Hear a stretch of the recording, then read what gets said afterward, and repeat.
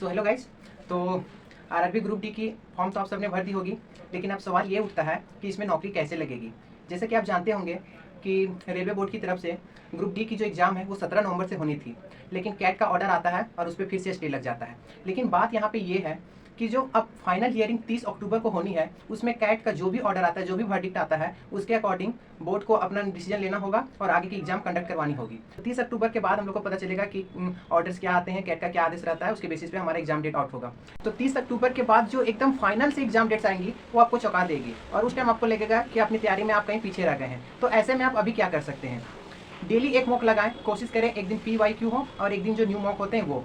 आप अपना एक डॉट कॉपी बना लीजिए। डॉट कॉपी में कोशिश करें कि जो भी करंट अफेयर की न्यू क्वेश्चन होती है या तो फिर जीएस के होते हैं, मैथ के जो क्वेश्चन नहीं बने, उस क्वेश्चन को आपको उस डॉट कॉपी में लिखना है और डेली उस कॉपी को 1 घंटा रिवाइज करना है।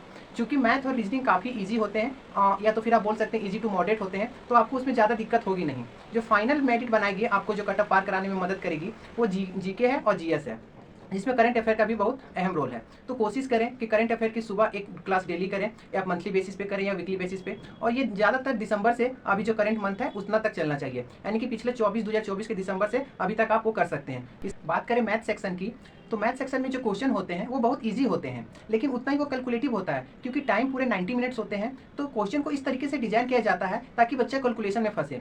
सिंपली जो आपने 10th पास कर रखे हैं जो बच्चे, उसमें जो जनरल फार्मूले होते हैं उसी पे बेस्ड मैथ के क्वेश्चन होते हैं, बस सिर्फ कैलकुलेशन को उसमें बढ़ा दिया जाता है। तो कोशिश करें कि जब भी आप मॉक अटेम्प्ट करें, उसमें जो भी मैथ का क्वेश्चन दिखे, आपको वो जो कैलकुलेशन जो वाले क्वेश्चन होंगे ना, उसको पहले गो में आपको छोड़ देना है। तो आपको ये पता कैसे चलेगा कि ये क्वेश्चन इतना टाइम लेगा, क्या होगा आगे की, मेरा आंसर आएगा पाएगा भी कि नहीं। तो इसके लिए क्या करें, आप जितना से जितना ज़्यादा मॉक देंगे उसी से आपको एक्सपीरियंस होगा। धीरे धीरे आप सीखेंगे कि हाँ ये क्वेश्चन इतना टाइम लेने वाला है, इसमें इतना कैलकुलेशन है, तो आपको एक आइडिया मिल जाएगा कि हमको पहले गो में इस क्वेश्चन को अटेम्प्ट करना भी है या नहीं। तो इस तरीके से आप पूरे मैथ्स के क्वेश्चन को सॉल्व कर सकते हैं।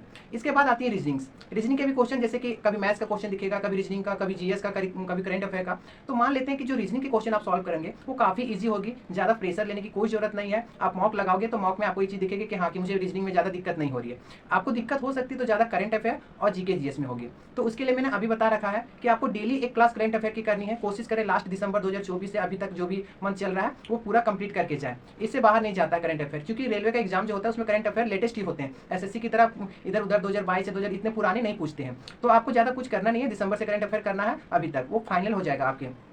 जीके जीएस में क्या करें कि जो साइंस के जो क्वेश्चन होते हैं वो बहुत मैटर करते हैं, और जनरली वो 10th पास क्वेश्चन ही होते हैं। जैसे 10th क्लास का फिजिक्स का वो मिरर फार्मूला का क्वेश्चन, केमिस्ट्री का सिंपल इक्वेशन वाला क्वेश्चन, आपको मतलब बायोलॉजी के छोटे छोटे क्वेश्चन दिखेंगे जो बेसिक नॉलेज पे हैं। वो आप कोशिश करें कि जो भी आपके पास एनसीईआरटी बुक हो, मार्केट में आती है, या तो फिर ग्रुप डी की जो PYQ है उसमें आप सेक्शनल टेक्स्ट लगा सकते हैं टेक्स्ट बुक पर, या कोई भी आपके पास प्लेटफॉर्म हो उसके थ्रू आप PYQ क्वेश्चन लगा सकते हैं सेक्शन वाइज। जैसे कि आपको जीके जीएस का लगाना है तो वहाँ से लगा सकते हैं, वो पोर्शन आपका अगर वीक होगा तो वहाँ से स्ट्रॉन्ग होगा। मैथ्स के लिए मैंने अभी बता रखा कि आपको डॉट कॉपी जरूर बनानी है, और मॉक को इस तरीके से एनालाइज करें कि जो गलतियां उसमें हो रही है वो आगे की मॉक में ना हो। कोशिश करें कि जो आपसे माइनर मिस्टेक होते हैं वो भी किसी कॉपी में साइड में लिख लें, ताकि जब दूसरा मॉक अगले दिन आप बैठो देने के लिए तो उसको 5 मिनट देख लो कि हाँ मैंने ये क्वेश्चन को गलत किया था, ये मेरे माइनर मिस्टेक्स हैं, इसको मेरा दिमाग में रखना है। इसी तरीके से आप मॉक्स में अपने मार्क्स को इंप्रूव कर सकते हैं। ठीक, तो बस वीडियो में यही सब बातें थी जो आपके लिए प्रॉफिटेबल साबित हो सकता है।